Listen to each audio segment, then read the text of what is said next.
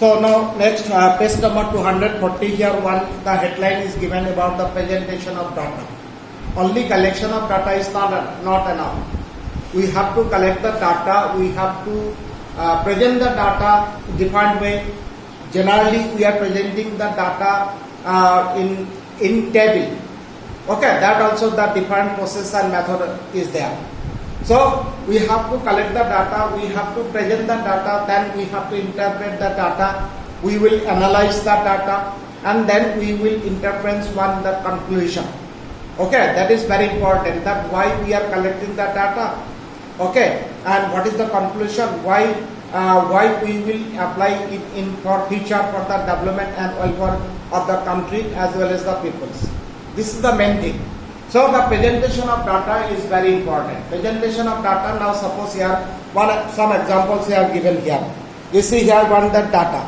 It is given the data, consider the marks obtained by 10 students okay, in math, in a test. So just that 10 students obtain the marks okay, in math. So it is just collection, the collected data. It is called the raw data. Okay, raw data, just collected data.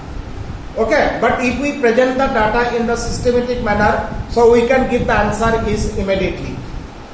Okay, now suppose if we not arrange in systematic manner only from this, so if anybody asks the question what is the maximum mark, what is the minimum marks, okay, or that 42 marks, how many students are obtained, so it will take time and it may be the wrong also.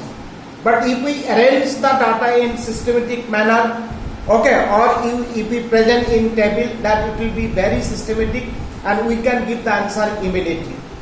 So that we have to present the data in the systematic manner. Now suppose if we one process is that these are the small data. So we can arrange it the ascending order or descending order. Ascending order means small to big, and descending order we know that big to small. Okay, it is enough that small data we can arrange it either in the ascending order or descending order. Okay, then we can give the answer immediately. But now suppose here this example is example number 2. Consider the marks obtained out of 100 marks by 30 students of class 9. Here the 30 students, different marks are there. Okay, if we want to arrange it that ascending or descending order, it is not enough. So that now this data we will present in table. Now you see here in the next page here you see the different types. It is the different types of marks. Suppose here the marks is the 10 marks 20 and here how many students are got. Okay, here different types of marks and number of students obtained. Okay, here the total student 30. So this is table presentation. Okay, so this data is presented in table, but it is that here the 10, 20, 36, 40, all the individual marks are presented here. So this data is called the ungrouped data. Ungrouped data. But now you see, okay, then it is better than that. If we arrange that as either ascending or descending order. Okay, but this ungrouped data also we can write in that group data also. Okay, so the a data we can classify or arrange in 3 systematic manner, that arrange in either ascending or descending order, or we can present in table. The table data 2 type. One is ungrouped. This I have shown. This is one, that example of the ungrouped. All the individual marks here written and that number of students here written. Okay, this is the ungrouped data. Now another example here, you see the example number 3. Here given the 100 plants, each were planted in 100 school during that one Mahotsav after 1 month. Now this is the data, is the big data. Large numbers are there. Okay, 100 plants written. Now if we arrange it in that ungrouped data, it will be a big table. It will be a big table. So that this data, if suppose the data are large number or big data, then it is better to arrange in that group data. Now what is the group data? Now you see this table here. These data are arranged in that number of plants, means different groups we have divided, and that here telemarks and the number of schools. Okay, so this is one example of the group data. Is that clear? The table 14.2. Now here are some things I will discuss that these data are divided into the different group. Here the groups are the 20 to 29, then 30 to 39, then here 40 to 49. Okay, these are some examples of groups. These are actually it is called the class interval. This will be called the class intervals. Class intervals. Here the number of school is given that 3, then 40, then 12. Number of school, these are the data. Okay. So these are called the class intervals. Different groups are called the class intervals. Now we write the 20 to 29, here 30 to 39, here 40 to 49, and the number of school, that is called that the data. Okay, frequency. Then these are called the frequency. Okay, the frequency. What is the frequency? Here actually the number of schools. Number of schools. The number of the in first class interval is 3. Then second class interval is 14. Then it is 12. Now this you see class interval. Different groups are called the class intervals. Now there are the two type of class intervals you have to remember. Here is what is the type of class interval? That 20 to 29 here. Then second class interval, it is started from 30, 29 it is finished. Then it is started from 30 to 39. Again 39 finished, then it is started to 40 to 49.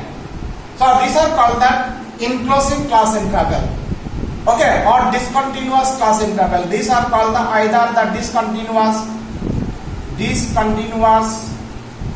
or inclusive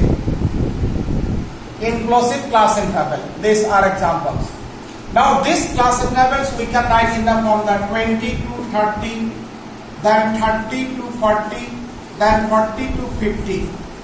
Okay, yeah, these are called the continuous because 30 is finished. Yeah, again with that 30 it is starting. So it is continuously is going on, not stop. It is stop, so it is discontinuous. But it is not stop, it is continuously is going on, that continuous. Okay, continuous or that exclusive class interval. This you have to remember, exclusive class interval. These are called the discontinuous or inclusive class interval, and the same class interval we have written in this form. These are called the continuous or exclusive class interval. Why it is inclusive? In this class interval, then this is called the lower limit and it is called the upper limit. Lower limit and upper limit. Here upper limit is finished. Okay. Then again lower limit, it is starting from the other number. So lower limit and upper limit here included. 29, 39 all are included, so it is inclusive. But here, this if we write this one, it is easy form.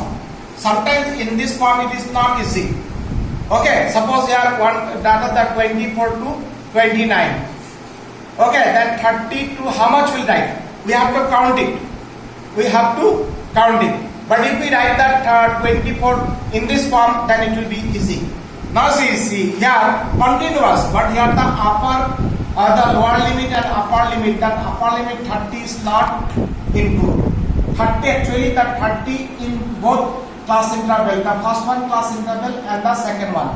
Actually the 30 is not included in this class interval. 30 will be included in this class interval.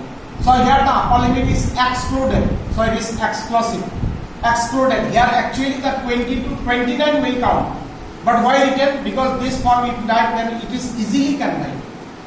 Okay, you will get so many examples. You will prepare that no, this is easy. Then this continuous. Continuous is most easy and it is very applicable also. At last you will say when you will practice some math also, then it will be easy in this form. So it is called that continuous or exclusive class interval, and it is called that discontinuous or inclusive class interval. Here that upper limit are not included. Here 20 to 29 actually will count. Then 30 will be count in the second class interval. Here 30 to 39 will count.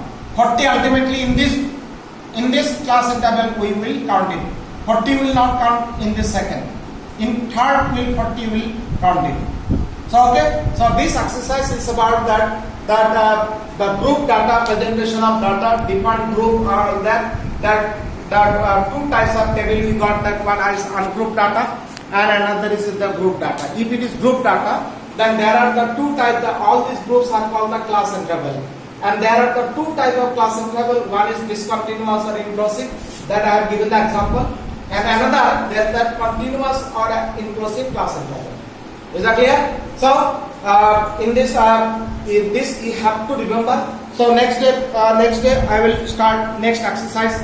Okay, next exercise means the 14.2. So today you will read up to page number 243, 44. This page you read, then you will get idea about that ascending order, descending order, about that table, that continuous, discontinuous, okay, and group data, all this information you will get the idea.